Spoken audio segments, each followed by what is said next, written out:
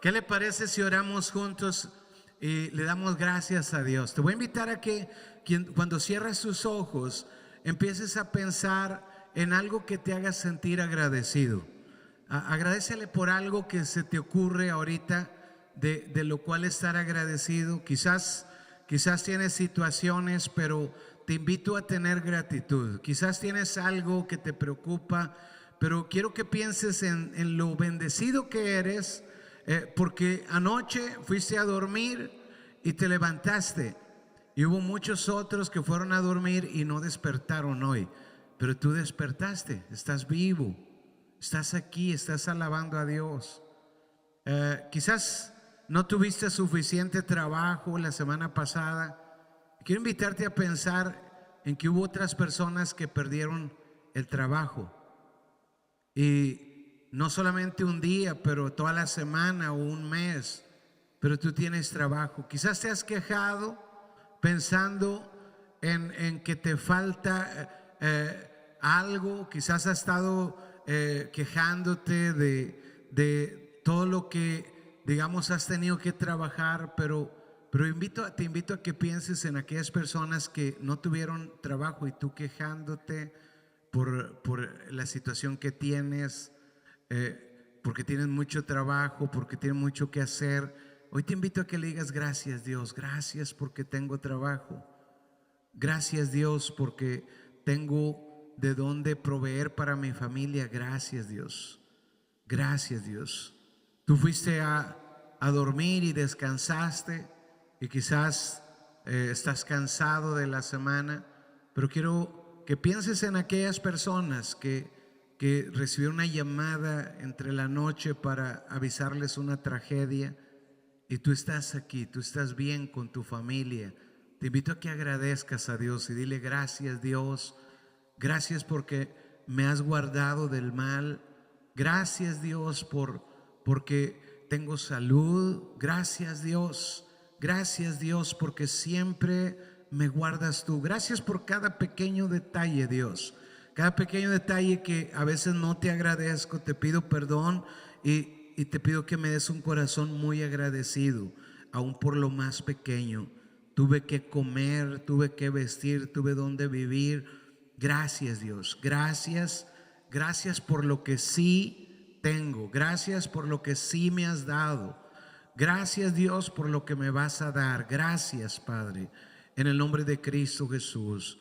Gracias, Padre. Gracias, gracias, gracias, Padre. Gracias. Y ahora ora conmigo y dile: Padre, te pido que tú me hables hoy. Enséñame hoy. Ayúdame a comprender lo que tú tienes para mí. En el nombre de Cristo Jesús, yo abro mi corazón a tu palabra y te pido que tú me hables y que tu Espíritu Santo sea mi maestro en este día. Espíritu Santo, habla, porque tu siervo escucha. Quiero ser obediente a tu palabra, quiero entenderla. Ayúdame a entender lo que no entiendo. Espíritu Santo, sé mi maestro en este día. Te lo pido en el nombre de Cristo Jesús. Amén, amén y amén. ¿Cuántos dicen amén? Amén. Bueno, les voy a invitar a que invite a alguien. Dígale: te invito a sentarte, para que seas hoy generoso con tu vecino, con tu neighbor ahí.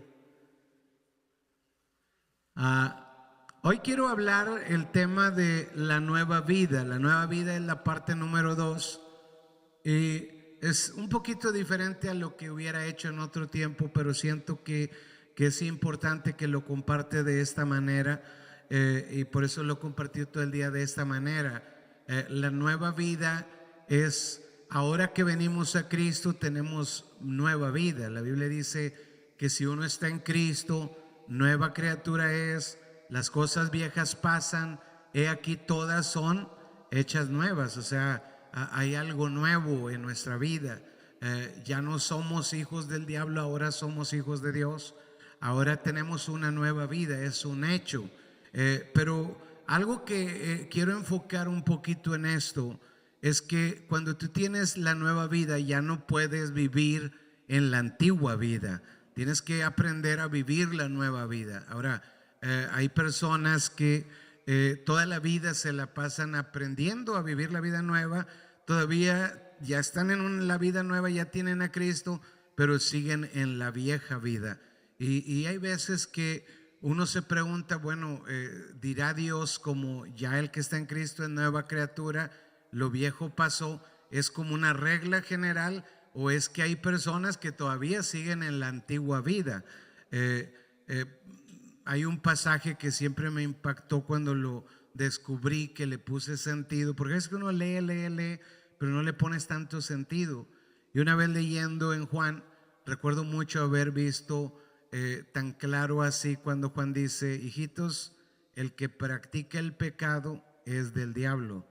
Y yo me quedé como, a ver, no entendí bien. Hijitos, el que practica el pecado es del diablo. Y entonces, bueno, pero la persona sí levantó la mano, sí dijo: creo en Jesucristo, es nueva criatura. Pero Juan dice: el que practica el pecado es del diablo. O sea, el que vive en la antigua vida, es como que tienes que tener bien claro cuál es la vida nueva a la que Dios te llamó y caminar en la nueva vida, aprender la vida nueva. Entonces, porque una de las cosas que yo he entendido es que la iglesia de Jesucristo no es la iglesia que diga afuera la iglesia de Jesucristo, porque Jesús nunca entregó como un rótulo, una estampa. Dijo: ok, todos los discípulos, ustedes van a ponerle, si es iglesia de nosotros, esta es la de nosotros, aquí está el sello. No existe. De hecho, más todavía terrible que eso, que Jesús no dijo: y todo el que vaya a la iglesia ya es hijo de Dios. No, de hecho hay un pasaje que también cuando le puse sentido a mí me llenó como del temor de Dios, porque decía: en aquel día muchos me dirán: Señor, en tu nombre hicimos esto y aquello. Dice: y os diré, no os conozco. Yo, ¿what? ¿Qué? Yo no podía creerlo. O sea, ok, la iglesia no es el nombre y ni siquiera todos los que están adentro son la iglesia. De hecho, Jesús lo enseñó por lo menos 2 veces, enseñó en 2 parábolas y dijo: miren, es así como un campo que se sembró buena semilla, y luego vino un enemigo en la noche y sembró mala semilla, y había buena semilla y mala semilla y empezaron a crecer. Dice: y los trabajadores vinieron y dijeron: Señor, vemos que hay mala semilla en tu campo, ¿quieres que vayamos y la arranquemos? Porque ya está creciendo la cizaña y el trigo.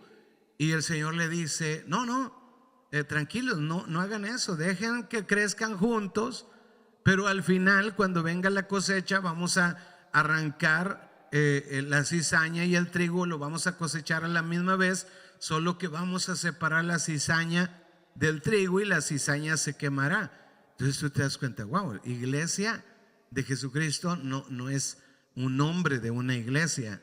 Mucha gente se pelea que esta es la iglesia verdadera, que esta es la buena, que nosotros sí somos y que ustedes no son.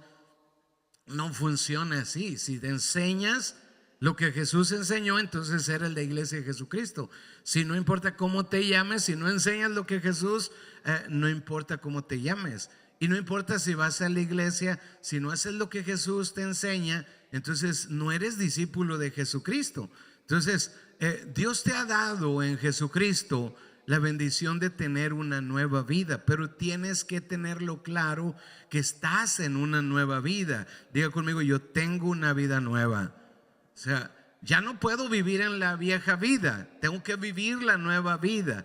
Tengo que tenerlo claro en mi corazón que ya no va a ser como antes, ya no va a ser como antes. Ya no vivo yo, Cristo vive en mí. Diga conmigo: ya no vivo yo, Cristo vive en mí.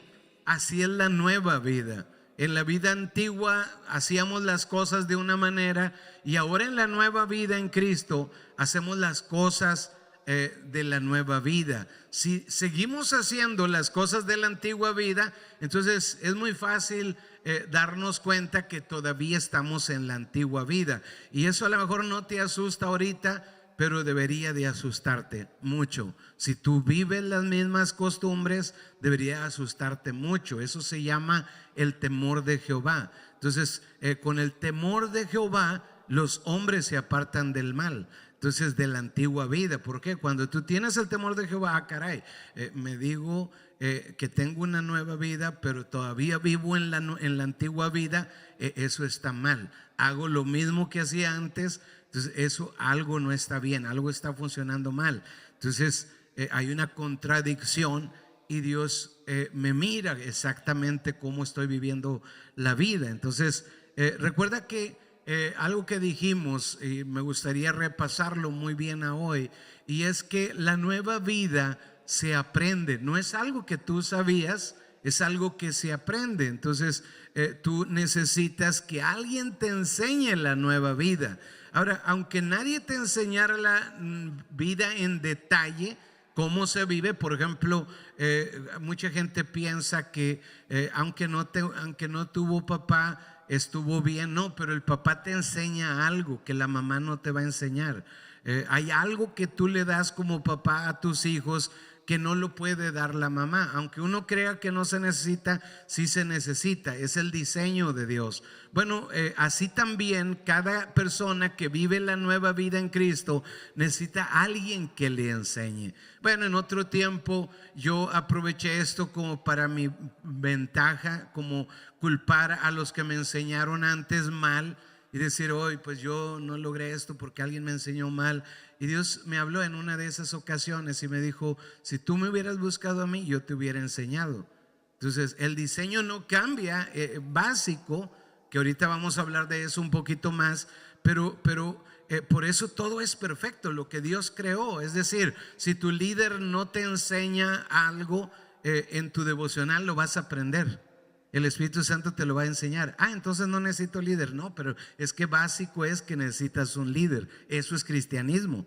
Entonces empecé a entender y Dios empezó a derribar argumentos de mi mente. Entonces una de las cosas más claras es el entender la vida cristiana se tiene que aprender, la nueva vida se tiene que aprender.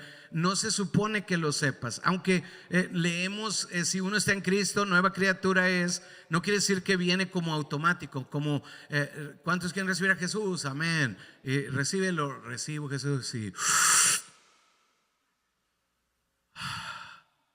soy obediente ahora. No pasa así. Tengo que aprender a ser obediente. No es como que de repente era inconstante y ahora soy constante. No, la vida cristiana, la nueva vida se tiene que aprender y necesitas ayuda. Alguien te tiene que ayudar para aprender la nueva vida. Nosotros le llamamos líderes, es como nosotros le llamamos, pero tú necesitas a alguien que te enseñe la nueva vida, porque la vida nueva se tiene que aprender. Cuando Jesús vino a la tierra, él empezó a predicar el reino de los cielos y tomó 12 discípulos, y a los 12 discípulos les empezó a enseñar. Después de 3 años y medio, todavía algunos cometían errores, pero seguían aprendiendo la nueva vida.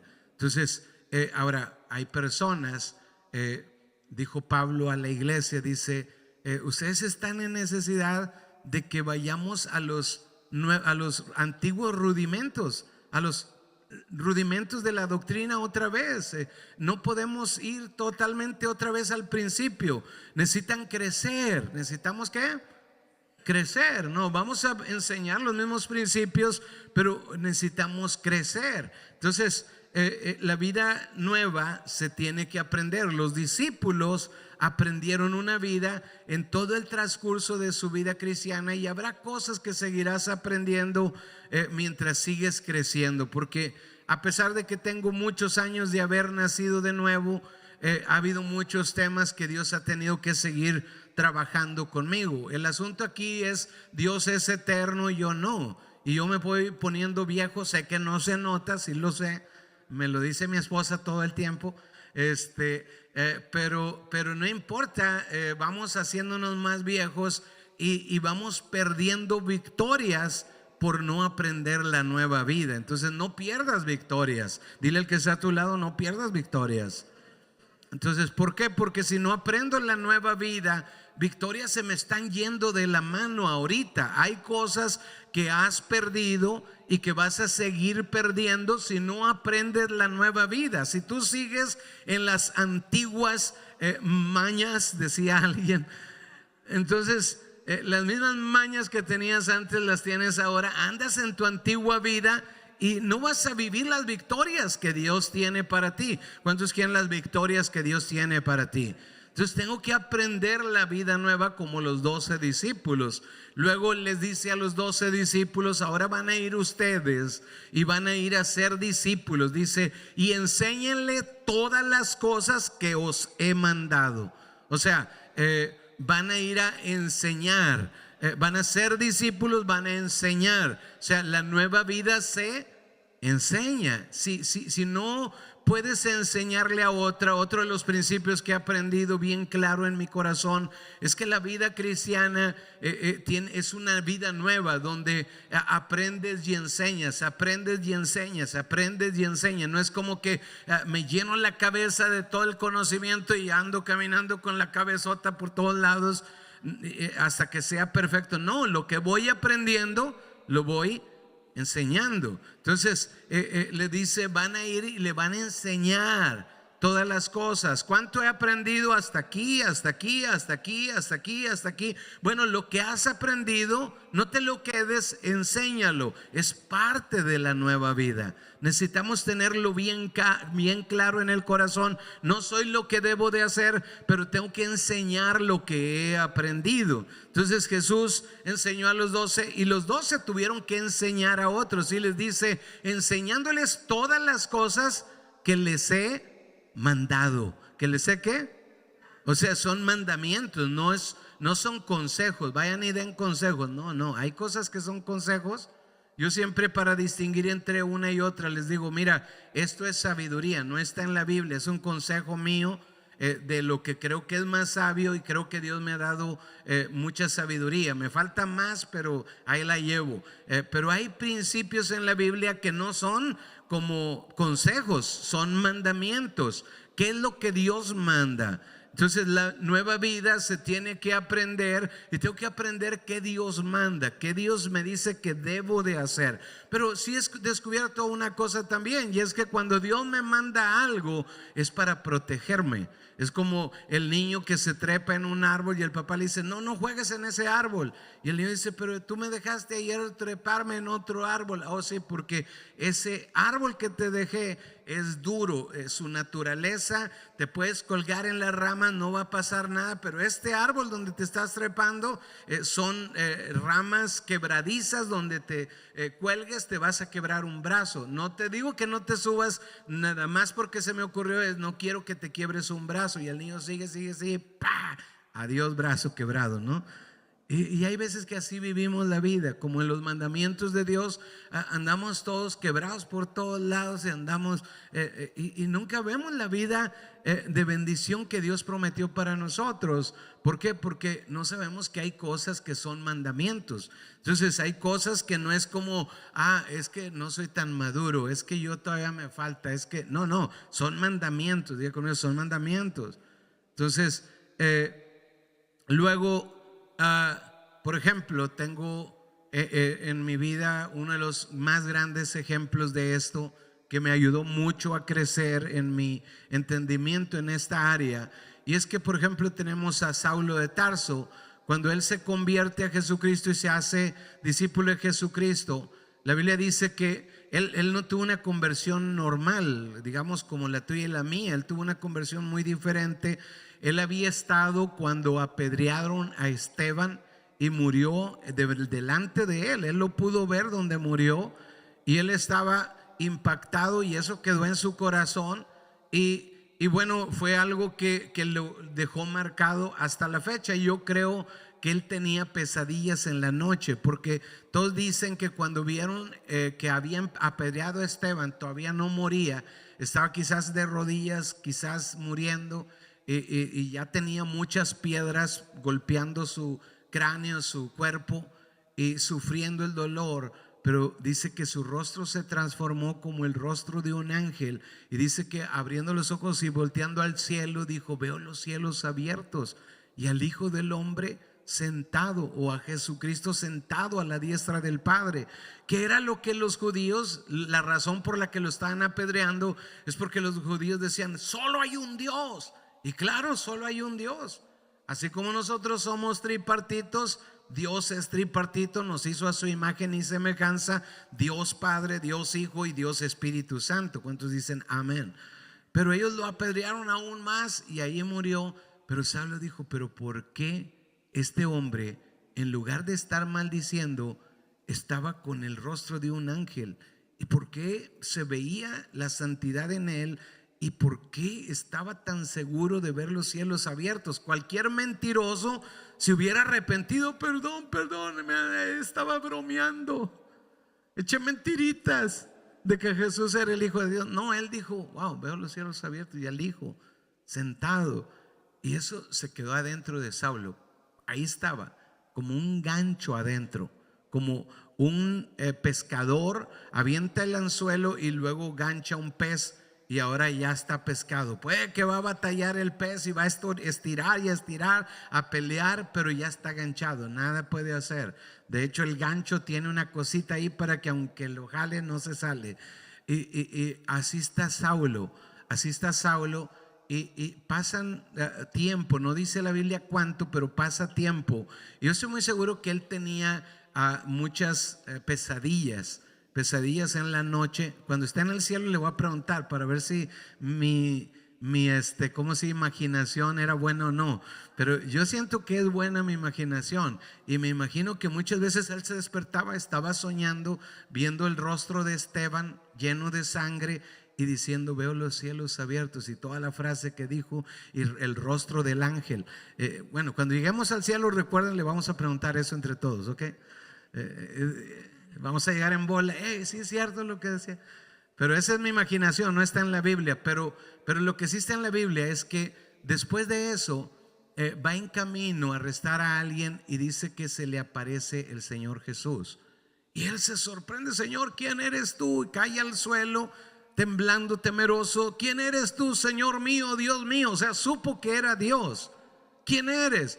Y le dijo: yo soy Jesús a quien tú persigues. Y él dijo: dura cosa te es dar estirones contra el aguijón. O sea, ya él estaba listo, pero las circunstancias no permitían que un cristiano se acercara a él. Así que Jesús mismo tuvo que venir al rescate, y llegó al rescate. Y cuando dicen aleluya.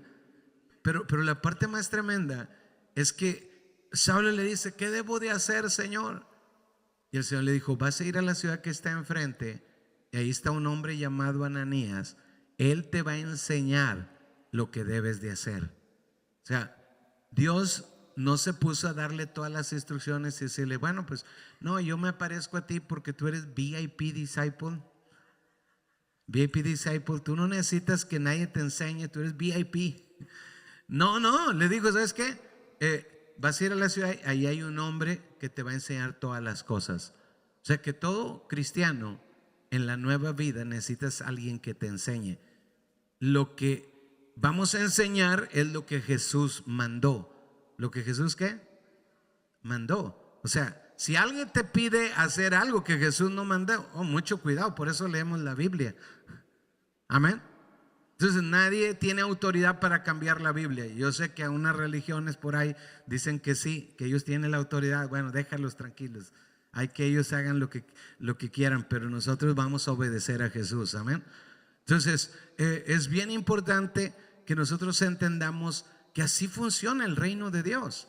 En la nueva vida necesitas a alguien que te enseñe. ¿Quién te enseña a ti? ¿O te dejaron de enseñar? ¿Te dejaron de mandar algo? ¿Algún mandamiento? ¿Te dejaron de decir? Bueno, quiero primero recordarte Dios dice: corrige al sabio y te amará, corrige al necio y te va a odiar. Entonces el líder sabio dice: no, yo no corrijo a necios. Si nadie te corrige, cuidado. Entonces yo, si fuera tú, iría a mi líder terminando de decir: líder, gracias por cada reprensión que me has dado, ayúdame, corrígeme, enséñame cuando me porto mal. No te había dicho gracias, pero gracias, para que no pare de enseñarte. Amén. Porque si tú paras de tener una actitud de gratitud, el líder dice: no, ya no le digo nada, pues cada vez me enfería a mí. Amén. Entonces, agradecele a tu líder y dile: gracias por, no digo ahorita, no, ya ve que alguno está viendo a la líder desde allá. Gracias, líder. No, díselo después y dile: por favor, sigue enseñándome, sigue reprendiéndome. Pero no le diga: a veces no te hago caso, pero no, dígale: te voy a hacer caso. Amén.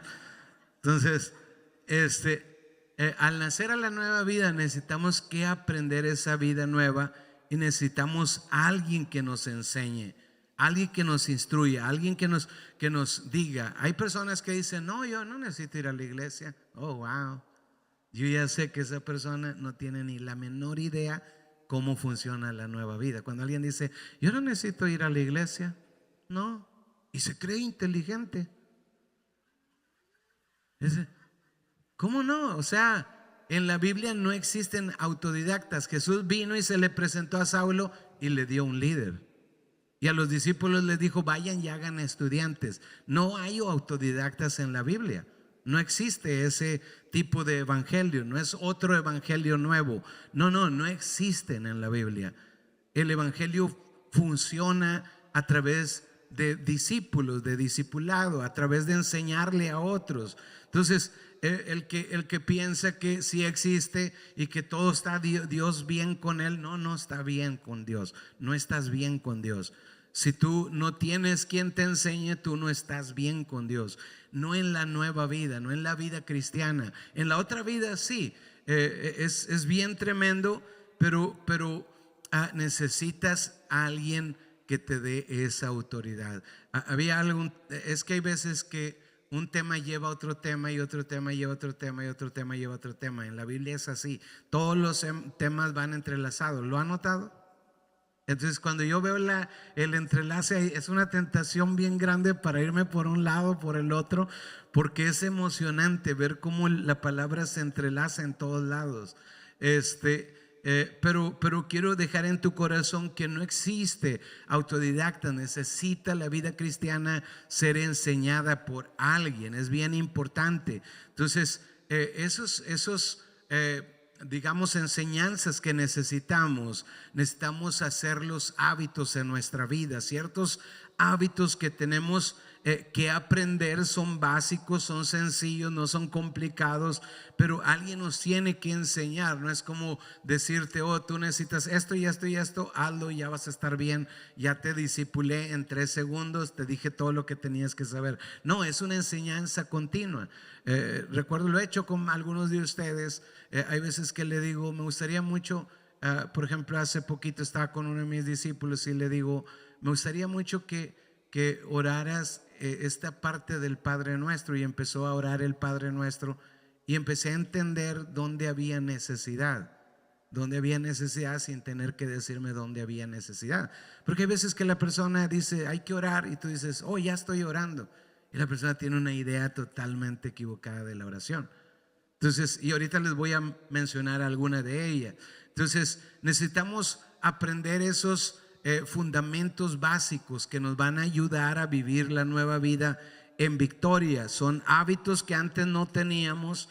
Hábitos sencillos, por ejemplo, como asistir a la iglesia. Hay otros que dicen: oh, yo soy autodidacta, yo leo la Biblia por mi cuenta, no necesito que nadie me predique nada. Bueno, eso es lo que tú piensas. Pero hay otros que van más allá y dicen: yo no necesito que ir a la iglesia. Yo con Dios acá en mi casa, yo me la llevo bien, así todo bien. Oh, ese no es el diseño de Dios tampoco. Es muy básico en la Biblia. Si la lees, vas a encontrarlo. A menos que Dios no te quiera enseñar ya nada, entonces tú vas a leerla toda y no vas a entender nada. ¿No ha notado que el diablo sabe todas las cosas que van a pasar, pero no las entiende? Como no sabía que iba a venir un Mesías, pero nunca supo que era Jesús. Y tenía todas las profecías cumplidas, pero nunca pudo tener claro que era Él. Y que si lo mataba y si lo llevaba a una cruz, Él iba a tener la victoria a través de esa sangre. O sea, como sabía, pero no sabía. Así hay gente que sabe, pero no sabe. Sabe, pero no sabe. Entonces, tenga un corazón humilde para que Dios le pueda enseñar. Ir a la iglesia es la idea de Dios. Ese es un hábito que tienes que aprender. Ir a la iglesia es la idea de Dios. Entonces, pero cuando alguien nace de nuevo, recibe a Jesucristo y viene, pues estar bien contento. Oh, qué bonito domingo, estuvo padrísimo, la pasé, mira, bien padre. Y luego de pilón nos fuimos a comer después y la pasamos muy bien y todo. Pero el próximo domingo no llega a la iglesia. Entonces, oye, pues ¿no te gustó el domingo? Oh, sí. ¿Y luego por qué no fuiste? No, pues porque, no, pues el otro domingo sí quería ir, pero hoy no quería. Entonces tú te quedas como, oh, yo pensé que ibas a ver que todos los domingos. No, el que va a empezar la vida nueva no se supone que sepa. Entonces, pero si tú tampoco sabes por qué vienen los domingos, ¿cómo le vas a enseñar? Entonces, tienes que enseñar con claridad. Para enseñar con claridad tienes que tener tu claridad. ¿Por qué vengo los domingos? Ir a la iglesia es idea de Dios. Ir a la célula es otra, digamos, hábito que tengo que desarrollar, que antes no tenía, pero tengo que desarrollar. Pero ¿por qué voy a la iglesia y por qué voy a la célula? ¿Dónde dice que tengo que ir? Y es bien interesante que cuando tú tienes un corazón para escuchar, Dios te lo va a revelar, Dios te va a enseñar. Entonces, ¿cuántos tienen un corazón para aprender?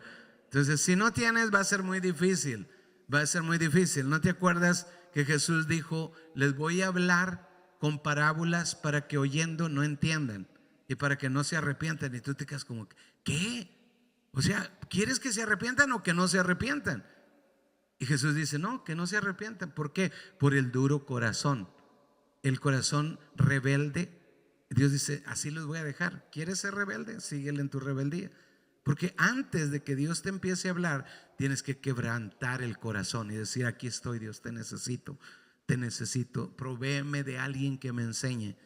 Entonces le das la bienvenida a alguien que te enseñe. ¿Cuántos están entendiendo hasta ahorita?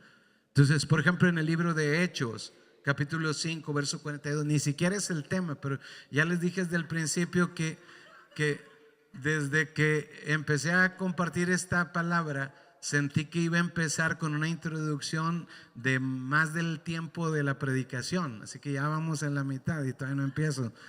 Hechos 5:42 dice, y todos los días, dice, en el templo y por las casas. ¿En dónde? En el templo y por las casas. ¿Cuándo? Todos los días. ¿Cuándo? ¿En dónde? Esos eran los cristianos. Todos los días los que eran cristianos tenían una nueva vida. Eso era nuevo en Cristo, eso no era antes. Pero todos los días en el templo y por las casas, dice, no cesaban de enseñar y predicar a Jesucristo. O sea, no cesaban todos los días de predicar y enseñar a Jesucristo, todos los días. O sea, el que aprende, para que haya alguien que enseñe, tiene que haber alguien que aprenda. Pero recuerden que en la nueva vida fuimos llamados no solamente a aprender, pero aprender y enseñar. Por eso es que la mecánica estaba en toda la ciudad. En toda la ciudad hay células el lunes, hay células el martes, hay células el miércoles, el jueves, el viernes, el sábado. Espero que el domingo no, ¿verdad? De preferencia. Pero todos los días hay células. Dice, no cesaban en el templo y en las casas. Entonces en la nueva vida entiendes la necesidad de reunirte, de escuchar y de enseñar en el templo y por las casas. Primero tienes que aprender en las dos, pero después puedes enseñar también en una de ellas. ¿Cuántos dicen amén? Entonces es bien interesante o bien importante aprender esta forma de vida. Por ejemplo, en la forma de vida no es solamente decir amo a Dios. Dios dice, no, quiero que me enseñes que me amas amando a los que te rodean, a tus semejantes.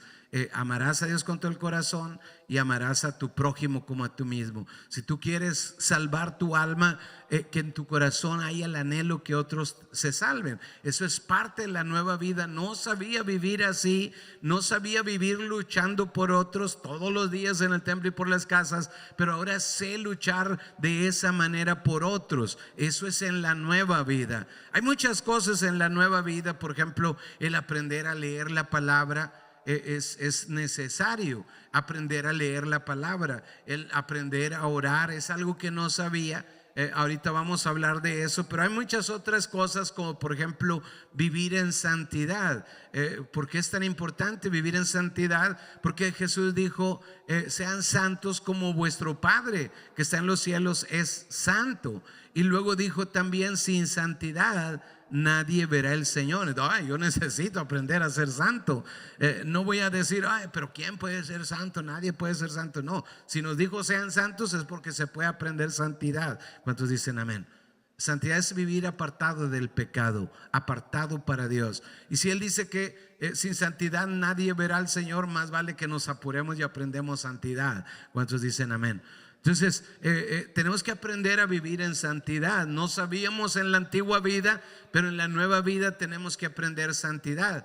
No sabíamos confiar en Dios, pero en la vida nueva aprendemos a confiar en Dios hasta que en todo confiamos en Dios. Cuando todo se ve bien, confiamos en Dios. Cuando vienen pruebas, confiamos en Dios. Cuando hay tormenta, confiamos en Dios. Cuando todo está tranquilo, confiamos en Dios. En todo tiempo aprendemos. Eso es algo que se aprende, la confianza en Dios. ¿Cuántos están aprendiendo a confiar en Dios? Obediencia a Dios es algo que no sabíamos. Éramos desobedientes con nuestros padres, éramos rebeldes, no sabíamos obedecer, nos brotaba digamos como solito la rebeldía. Yo no sé a ustedes, pero a mí me salía bien natural la rebeldía. Bien desobediente a mis padres.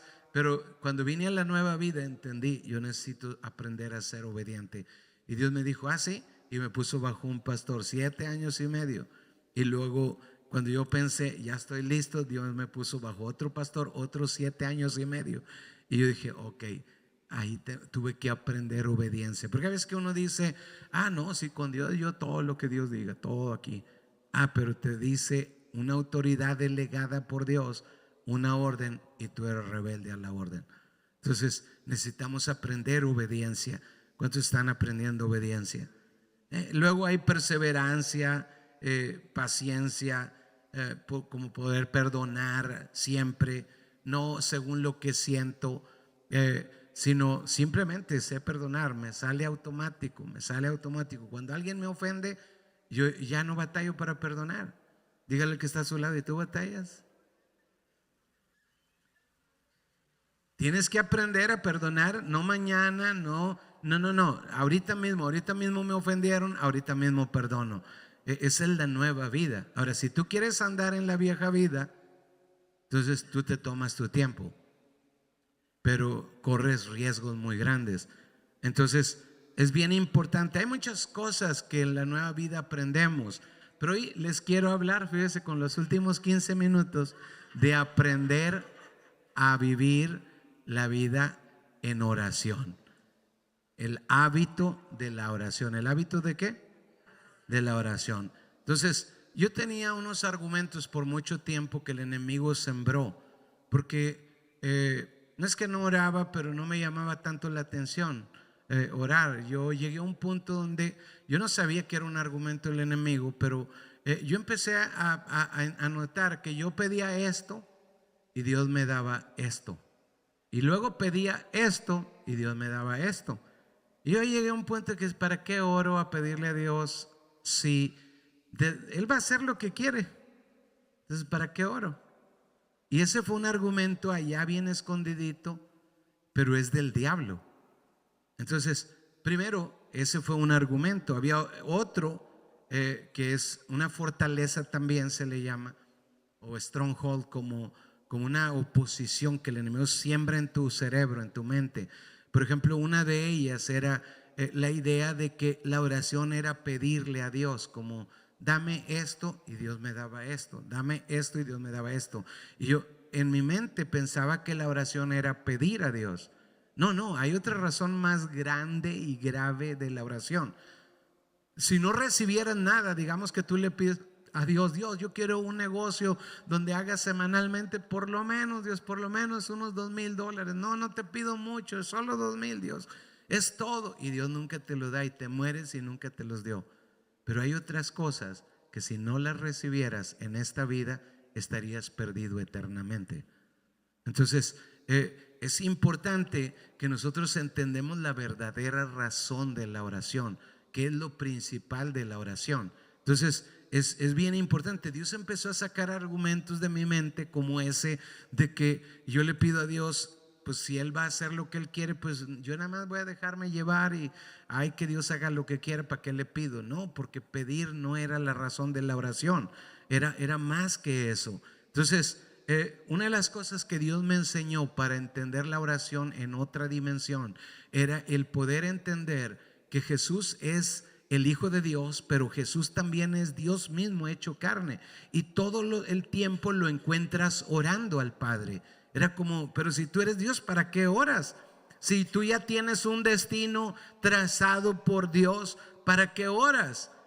¿Por qué se necesita? Y entendí que siendo Dios mismo o Hijo de Dios, Él tenía que orar. Y yo, siendo el hijo de mi papá y de mi mamá, con tantos defectos, imagínense, si Él oraba porque lo necesitaba, imagínense mi necesidad. Yo no sé quién tú te crees para vivir sin oración, ¿verdad? Pero tú y yo necesitamos la oración. Tú y yo necesitamos aprender a orar, porque hay cosas que no van a pasar en tu vida a menos que empieces a orar, y en otros casos otro nivel en la oración. En mi caso yo entendí, yo necesito otro nivel en la oración. ¿Cuántos necesitan otro nivel en la oración? Bueno, esos argumentos fueron digamos empezando a derribarse y a construirse. ¿Por qué yo necesito oración? Entonces algo que también aprendí, que Dios me enseñó, es cuando tú vienes a Cristo, Él no solamente, acuérdate que no solamente es recibir, saber, sino es recibir y dar, porque te da un propósito nuevo. Ahora tú tienes el poder de repartir vida, de dar esperanza, de resucitar muertos espirituales y también físicos, pero tú tienes esa habilidad, ese llamado de Dios, y si tú no oras, va a ser imposible que lo hagas, que cumplas el propósito de Dios. Entonces, si tú quieres cumplir el propósito de Dios, no lo vas a lograr. ¿Por qué? Porque tenemos un enemigo, estamos en una guerra continua. Lo sepamos o no lo sepamos, no es que el enemigo solo esté preocupado de tu destino o de tu propósito de salvar a otros. Él te quiere destruir a ti, pero luego va primero por tu destino y luego por ti. Y si no lo tenemos claro, entonces no vemos una razón para orar. Entonces cuando yo empecé a entender, ok, tengo un propósito, el enemigo no quiere que haga ese propósito, él va a buscar sacarme de la carrera. Efesios 6:12 dice: porque no tenemos lucha contra sangre y carne, dice, sino contra principados, contra potestades, contra los gobernadores de las tinieblas, dice, de este siglo, contra huestes espirituales de maldad en las regiones celestes. O sea, eso lo vivimos todos los días.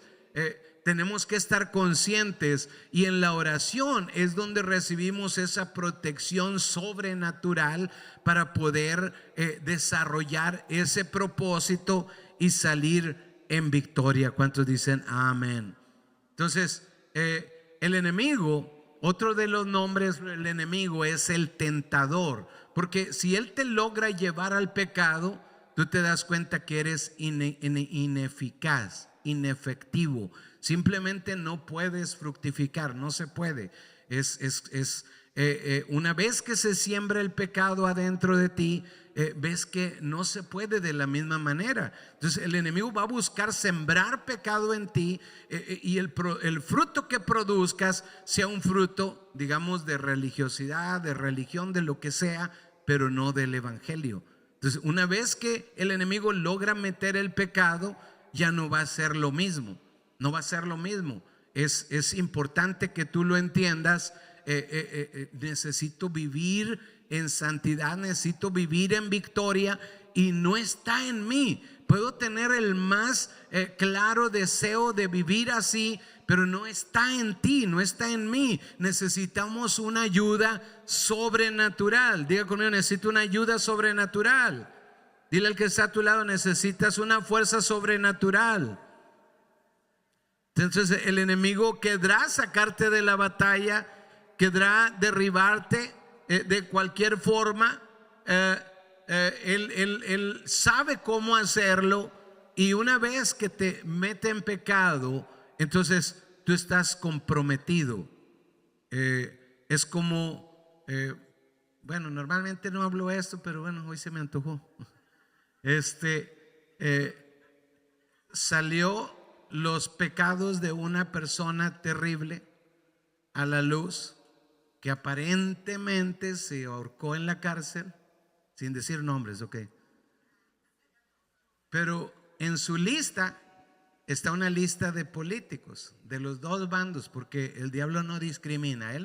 A él no le caen mal los demócratas ni los republicanos, de los dos bandos. Pero los dos bandos han estado en el poder y ninguno ha sacado la lista. ¿Por qué? Porque están en la lista de los más buscados. Una vez que logra comprometerte, no puedes decir nada. Bueno, en el reino de los cielos es parecido. No puedes dar un fruto correcto. No puedes dar un fruto correcto. Entonces, por eso es importante que tú entiendas que es una lucha contra demonios, que no podemos luchar en nuestra propia fuerza. No podemos, no se puede, no es posible.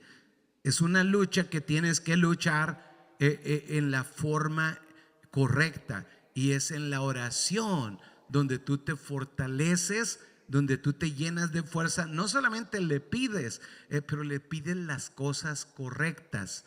Hay veces que le pides y le pides y le pides, y dice Dios: piden y no reciben porque piden mal, porque piden para gastar en sus cosas. Dice: pero pidan bien y van a recibir. Cuando pides bien, Salomón pidió bien: dame sabiduría para guiar a tu pueblo, y Dios le recompensó aún financieramente. Cuando tú dices: Dios, yo no quiero que el diablo me calle la boca de predicar tu evangelio, quiero vivir en santidad, Dios va a decir: oh, me gusta esa oración. Por eso dijo en parte de la oración: oren y digan: no nos dejes caer en la tentación, mas líbranos del mal. Oren siempre por eso. ¿Por qué? Porque cuando pides eso, recibes una fuerza sobrenatural. ¿Cuántos están entendiendo hasta ahorita? Porque no es posible vivir la vida sobrenatural con una vida natural. Necesitas una vida espiritual. Entonces, en la oración encuentras esa fuerza sobrenatural. Jesús estaba viviendo los momentos más difíciles de su historia, de su ministerio. Está a punto de ser sacrificado, y Él lo sabe. Él sabe a dónde va. Él sabe: esta es nuestra última cena. Y lleva a los discípulos a cenar al aposento alto, y después les dice: ¿saben qué? Estuvo padre la cena, este vino y este pan lo voy a recordar. Y ellos no entienden por qué está hablando de esa manera, como pues el pan siempre hay pan y vino siempre hay vino. O sea, ellos no entendían nada de lo que está pasando, pero Jesús sí sabía, y les dice: vengan, oren conmigo, vayan, oren conmigo. Y los invitó a orar con Él, los invitó a meterse en la oración. Dice en Mateo 26:38: entonces Jesús le dijo: mi alma está muy triste hasta la muerte. O sea, que alguien te diga eso, ¿no te dice algo? Pero ellos como que no entendían la gravedad del asunto, y luego les dice: quedaos aquí y velad conmigo. O sea, en oración les está hablando: oren conmigo, pero yo voy acá adelantito en el monte y ustedes se quedan aquí. Dice que Jesús se fue a orar, y ella estaba sudando gotas de sudor y sangre, y regresa y todos los discípulos están dormidos. Le dice: hey, ¿no pudieron orar conmigo tan siquiera una hora? Les dice: ¿no pudieron tan siquiera una hora? Es tremendo, porque bueno, tenía que haber una razón. Quizás tenían mucho sueño, Quizás estaban muy cansados. En 26:41 les dice: velad y orad para que no entréis en tentación. O sea, ¿cómo uno sale de la tentación? Velando y orando. Velando y orando. Hay veces que Dios te quiere librar. He descubierto que el diablo, así todo feo, con cuernos y todo, cuando tú vas a orar, agarra el violín y empieza tarara, tarara, tarara, y tú te caes en el sueño, ¿no? No creas que nada más te pasa a ti, nos pasa a todos los que estamos aquí. Porque el diablo no quiere que tú ores. Él sabe el poder que hay en la oración. Pero hay veces que Dios manda un ángel a las 2 de la mañana con un tambor, pum, pum, pum. Y tú dices: se me fue el sueño. No, te pones la almohada arriba, me tengo que dormir. No, era la hora de velar y orar. Era para que oraras por tu pastor. No te creas. Bueno, de pilón también, ¿verdad? Pero era como... ibas a enfrentar situaciones en el día donde tu fe se iba a ver conmovida, donde oportunidades iban a pasar y tú las ibas a ver o a no ver, donde tentaciones iban a pasar y tú te ibas a dar cuenta o no te ibas a dar cuenta, tú ibas a caer en ellas. Entonces, los discípulos no pudieron velar con Jesús, aunque les había dicho la fórmula de cómo no entrar en tentación, pero ellos no pudieron hacerlo. Y les dijo: miren, a la verdad, la carne es débil, el espíritu está dispuesto, pero la carne es débil. O sea, hay una lucha. Está bien que tengas esa lucha, es normal que tengas esa lucha, pero sobreponte en esa lucha. Aún así, ora. ¿Cómo? Ahora, ¿por qué? Porque de ahí depende tu victoria, tu fracaso. Ahora, probablemente no has caído en fracasos grandes que pueden hacer destruir tu matrimonio, tu familia, pero desastres en el corazón, cosas que no debiste haber permitido y las permitiste. Actitudes que no deberías haber permitido y las permitiste. Acciones que nunca debiste haber prometido, porque hay cosas que una vez que las haces te han robado. Por eso dice: no nos dejes caer en la tentación, mas líbranos del mal. O sea, ¿por qué estoy tan interesado en no caer en tentación? ¿Porque no me gusta la tentación? No, me tienta la tentación, por eso se llama tentación. Lo que pasa es que lo que no me gusta es lo que trae la tentación, y es el mal. Yo quiero ser librado del mal. El mal puede ser tu situación financiera, tu situación de salud, tu situación de tus hijos, tu matrimonio todo lastimado, etcétera, etcétera, etcétera. Entonces, ¿por qué? Porque oro, porque necesito ese poder sobrenatural para poder vencer la tentación del enemigo. La tentación puede venir en la inmoralidad, y más de las veces nos concentramos en eso, pero la duda es terrible. La duda, la incredulidad es terrible. La falta de temor de Jehová es terrible. O sea, personas van al infierno cada día por no tener esas cosas que podían haber conseguido en la oración. Así que cuando yo descubro esto, el temor de Jehová se hace más claro adentro de mí, y empiezo a decir: Dios, yo necesito orar, yo necesito aprender otro nivel de oración. ¿Cuántos dicen amén? Ahora, Pedro no aprendió ahí, pero tenía la intención. Él le había dicho: Jesús, yo contigo voy hasta la muerte. O sea, yo soy de palabra. ¿Sabe que no es cuestión de palabra? He notado, por ejemplo, personas que yo he admirado con admiración en mayúsculas y que se hacen así ahora en los textos, ¿verdad? Yo he admirado y cayeron en errores tan sencillos. Y yo digo: ¿por qué? ¿Por qué? Porque es una guerra espiritual. ¿Quién pelea con demonios y le gana? ¿Quién se pone a pelear a patadas con el diablo? No funciona así. Necesitamos un poder sobrenatural. Eso es lo que da la oración. Entonces, cuando la persona aprende eso, pues lo va a hacer con otra intensidad. Pedro no aprendió y tenía la intención de ser fiel, pero cuando vienen a arrestar a Jesús, él sale huyendo. No solo él, todos los discípulos salen huyendo. No pasaron la prueba. No pasaron la prueba. No pasaron la prueba, se fueron. Oye, espérate, ya sabían que era el Hijo de Dios. Ya sabían que era el Mesías prometido. ¿Cómo no estar al lado de Él hasta la muerte? Si Él es el creador del mundo, si Él es el dueño de la eternidad, Él es el que da las recompensas en el cielo. ¿Por qué no? Porque no se hace en la carne, se hace en el Espíritu. ¿Cuántos están entendiendo? Así que Pedro negó a Jesús.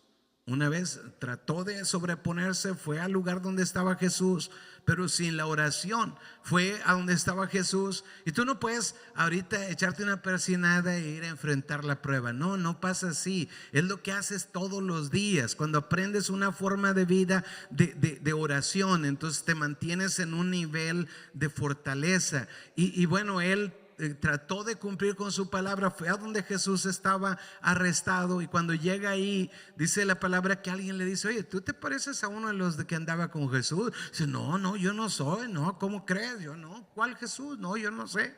Lo negó a Jesús.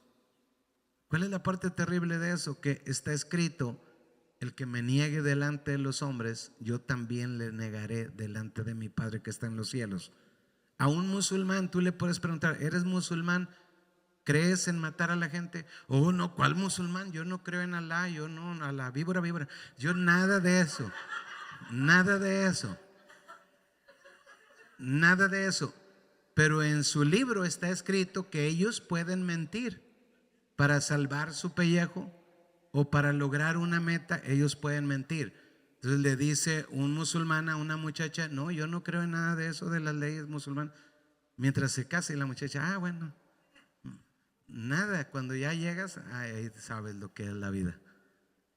¿Por qué? Porque en su religión ahí puedes mentir, pero en la de no religión, pero en el cristianismo hay una regla, hay una palabra que dice: el que me niegue delante de los hombres, yo también le negaré delante de mi Padre. Por eso cuando llegan ahorita los que están muriendo en África y llegan: tú eres cristiano, ¿verdad? Sí. Adiós, cabeza. Entonces Pedro lo negó, no una vez, no dos veces, 3 veces. Y hay un pasaje que me llama la atención, que ojalá tuviera más tiempo. Yo siempre tengo problemas con el reloj, pero dice: entonces él comenzó a maldecir y a jurar. Maldecir y jurar. O sea, maldecir y jurar: no conozco al hombre. Pip, pip, pip, les juro. Bueno, si estaba escrito que no juraras por nada ni nadie, pero él empezó a jurar y empezó a maldecir para convencerlos de que él no lo conocía, menos iba a ser un discípulo. Dice, y Pedro entendía todos estos principios, que el que me niegue delante de los hombres, él también lo negará delante de los hombres. Pedro lo sabía, así que imagínense cuando pasó el asunto. Dice: y enseguida cantó el gallo. Y luego en el 75, creo es en el 75, dice: entonces Pedro se acordó de las palabras de Jesús que le había dicho: antes que el gallo cante, me negarás 3 veces. Dice: y saliendo fuera, lloró amargamente. Solo esta frase es una predicación que no tengo tiempo de compartirles, pero hay muchos llantos amargos, porque hay cosas que no van a volver a ser lo mismo, nunca van a ser lo mismo, nunca. Hay personas que cometen, voy a hablar solo de un ejemplo, pero una vez que tú cometes el adulterio, Dios dice: heridas y vergüenzas hallarás, y tu afrenta, escucha bien, nunca será borrada. Y tú te quedas como: pero ¿y el poder de la sangre de Cristo? Yo he ido a pastores. Oh, no, es que una ley no contradice otra ley. Nunca será borrado, es algo te va a acompañar hasta el día que te mueras. Y tú te das cuenta: wow, qué gravedad. Yo necesito ser fuerte en la tentación, porque yo no quiero cargar con eso los restos de mi vida. ¿Cuántos dicen aleluya? ¿Cuántos dicen amén? Ahora, si tú ya caíste, bueno, ahí cargas algo, pero no cargues más. Si tú ya caíste en un error, ya traes contigo algo. Ya traes contigo algo. Está bien. Dios te perdona y te quiere restaurar, pero no le pongas más, porque cada día que pierdes es como tienes un destino. Hay almas que no pudiste salvar por el error. Hay riquezas que no pudiste tener por el error. Hay victorias que no vas a poder tener por el error. O sea, cuando a una persona le cae el 20 de qué hice, por qué hice esto, algo que produjo un momento de placer, ¿por qué si perdí tanto? Entonces, Pedro entendió lo que había hecho ahí. Entendió, wow, Jesús me puede negar delante del Padre porque yo lo negué. Algo entendió Pedro, ahí se le hizo rema. Pero dice que lloró amargamente. Ahora, cuando tú aprendes a orar, no estoy hablando de como ya cumplí, ya me persigné. No, que aprendas a orar bien, como debes de aprender. Pero como pastor, esta enseñanza es muy cortita para enseñarte. Así que no va a ser hoy, pero tú vas a tener ese deseo de aprender. Yo quiero aprender. Líder, enséñame más. Cuando tú aprendes a orar de la manera efectiva, entonces tú vas a salvar lágrimas amargas. Muchas lágrimas amargas que tú has tirado no fue por otra cosa más que porque no tuviste la fuerza para vencer la prueba o la tentación. Son diferentes. La prueba y la tentación son dos cosas diferentes, y las dos se tienen que vencer, y las dos las vencemos en la oración. Jesús dijo: oren para que no entren en tentación. O sea, la tentación de fallarle a Jesús, pero Pedro no oró y cayó en la tentación. Entonces Dios quiere, yo quiero con todo mi corazón. Me pasó algo en la otra reunión, y es que cuando yo compartí esta frase, sentí algo adentro, así como si ahí se estuvieran redimiendo muchas lágrimas amargas, como si Dios estuviera cambiando para algunos de ustedes el día de mañana, el día de pasado mañana, en la semana que entra. Algunos de ustedes iban a llorar lágrimas amargas, pero entendieron hoy el poder de la oración. Y porque lo entendieron, es como si yo vi que la historia algo así. Yo estaba acá porque nunca me había pasado, y sentí, wow, el destino de varios se cambió. No van a llorar lágrimas amargas, las lágrimas van a ser de gratitud. Wow, Padre, gracias, tú me guardaste, tú me ayudaste, tú me diste la victoria. ¿Cuántos dicen amén? Vamos a ponernos de pie y vamos a pedirle a Dios juntos. Dile conmigo: Dios, yo quiero aprender a orar.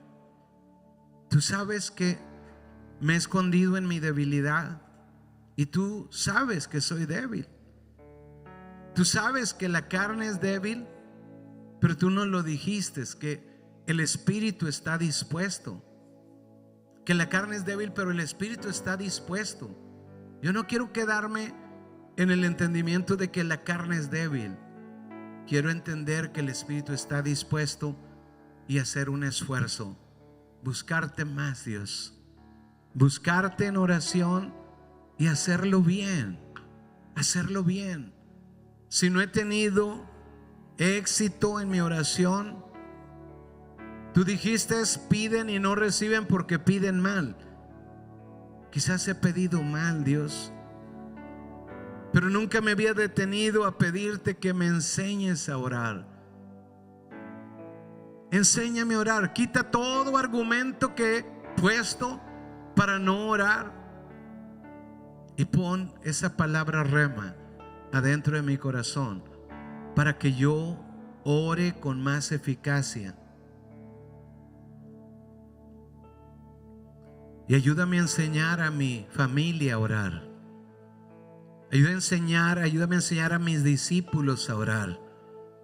Quiero que tengan vidas no de lágrimas amargas, pero de lágrimas dulces, lágrimas de felicidad, lágrimas de sueños cumplidos, lágrimas de metas alcanzadas, lágrimas de fruto abundante en todas las áreas, Padre. Ayúdame a buscarte de tal manera que mis resultados sean diferentes y que mi vida te honre a ti, papito. Jesús, ayúdame. Espíritu Santo, ayúdame, guíame. Pero yo tomo hoy la firme decisión en tu nombre de aprender a orar, de tener un nivel diferente en la oración. Aunque haya orado, sé que hay algo mejor en la oración. Y te pido que tú me enseñes, Padre. En el nombre de Cristo Jesús oramos. A ti sea toda la gloria, toda la honra y toda la alabanza, Padre. Amén, amén y amén. ¿Cuántos dicen amén? ¿Cuántas lágrimas? ¿Cuántos van a...?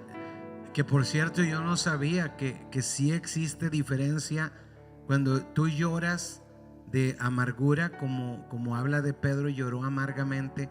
Las lágrimas son amargas. Y cuando tú lloras de felicidad, las lágrimas son dulces. El cuerpo las produce así. O sea, es increíble, ¿no es cierto? Es increíble. Así que ¿cuántos quieren llorar solo lágrimas dulces, bonitas, de esas que tú dices, wow, qué feliz soy en mi matrimonio? Wow, soy afortunado, me dio la mejor mujer, o a ti, mujer, me dio el mejor hombre. Gracias, Dios, por darme el mejor, en vez de estar ahí, o sea, me dio el peor a mí. Dile al que está a tu lado, a mí me dio el mejor. Voy a llorar dulce. Amén. Bueno, les iba a decir tengan dulces sueños, pero mejor tengan dulces lágrimas. Dios los bendiga a todos, les amo. ¿Alguien aprendió algo? ¿Sí? Diga gracias, Espíritu Santo, y dele un aplauso al Espíritu Santo. Dios les bendiga a todos. Madeleine, ora por nosotros.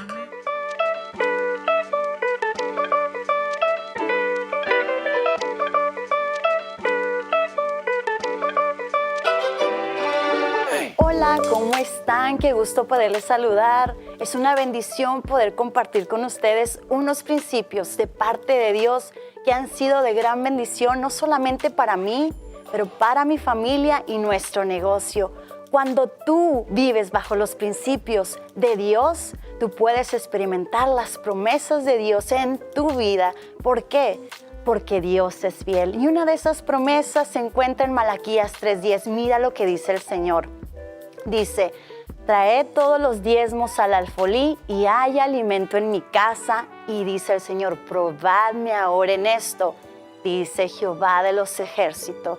Si no, os abriré las ventanas de los cielos y derramaré sobre vosotros bendición hasta que sobre y abunde. Wow, tenemos que ver las cosas como Dios las ve. Si las vemos de una manera natural, no vamos a alcanzar lo sobrenatural. ¿Y sabes cuál es la idea de Dios? La idea de Dios es que conquistemos una vida abundante. Por eso, si hoy tú estás listo para dar ese paso de fe y en obediencia, lo puedes hacer de estas 3 maneras. Primero, mandando un texto al número que aparece aquí en pantalla, bajando la aplicación Tightly o tomando un sobre al principio del servicio, llenándolo correctamente y entregándolo al final del servicio con un ujier. Hoy te invito que te pongas de pie ahí donde estás y vamos a orar. Amado Padre Celestial, te adoramos, te exaltamos, te damos toda la honra y la gloria. Hoy venimos delante de ti con un corazón agradecido, sabiendo y entendiendo que todo viene de ti. Hoy venimos, Señor, entendiendo que cuando nosotros sembramos, cosechamos no solamente al 10%, al 30%, pero al 100 por 1. Y hoy, en el nombre de Jesús, atamos toda obra del enemigo que se quiera levantar en contra de nuestra vida. Atamos toda pobreza, toda escasez, toda maldición, toda ruina y lo echamos fuera. por el poderoso nombre de Cristo Jesús. Y hoy desatamos bendición, desatamos vida, desatamos cielos abiertos de bendición, riqueza, prosperidad, salud. Porque hoy, Jesús, decidimos de dar ese paso de obediencia. Hoy ponemos nuestra confianza en ti, Jesús. Te adoramos, te exaltamos y te damos la honra y la gloria. Y tu iglesia dice, amén.